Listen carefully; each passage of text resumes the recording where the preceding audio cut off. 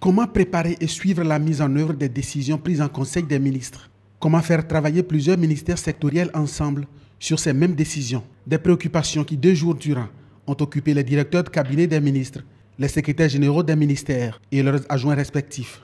Plusieurs communications ont suggéré des approches de solutions avec la collaboration technique de la France. Vous aviez certes des choses extrêmement structurées dans votre besace, des feuilles de route, des documents de suivi, mais vous n'arriviez pas avec un paquet cadeau prêt à l'emploi, et je crois que c'est extrêmement important que vous ayez eu cette approche. Une approche qui met en exergue une certaine coordination interministérielle, la responsabilisation des acteurs de l'organisation gouvernementale, la sécurité juridique de l'application des décisions, leur coordination et leur articulation. Des notions essentielles développées et illustrées par Denis Rapone, conseiller d'État en France. À l'issue des travaux, une voie bien indiquée en matière de coordination interministérielle, de la préparation et du suivi des décisions prises en Conseil des ministres fait le point. Nous avons profité de l'expérience française de l'organisation de l'interministérialité, de même que nous avons pris la mesure de ce qui nous revient de faire pour améliorer la coordination des arbitrages interministériels au sein de nos administrations respectives.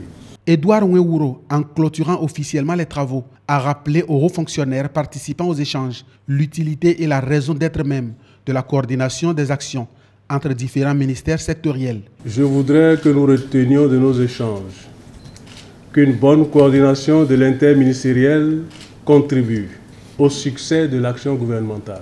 Elle doit être encadrée par des textes normatifs et réglementaires.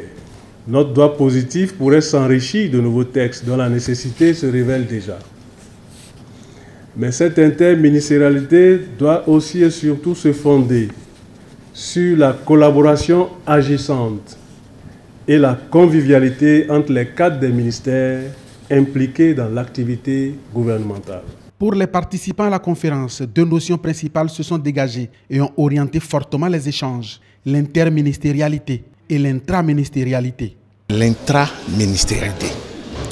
Le travail du gouvernement commence très tôt, au niveau très bas, à partir même des chefs de service, des directeurs, pour venir au collège des directeurs qui doivent examiner le travail avant son introduction en Conseil des ministres. L'interministérialité. Ici, pas de cloison entre ministères, pas de cloison entre 2, 3, 4 ministères concernés par un problème particulier. Ils doivent se réunir, se consulter, échanger pour améliorer la qualité du document qui est présenté alors en Conseil des ministres. Ces hauts fonctionnaires sont repartis dans leur ministère, convaincus de la nécessité de renforcer la culture du travail collégial au sein du gouvernement.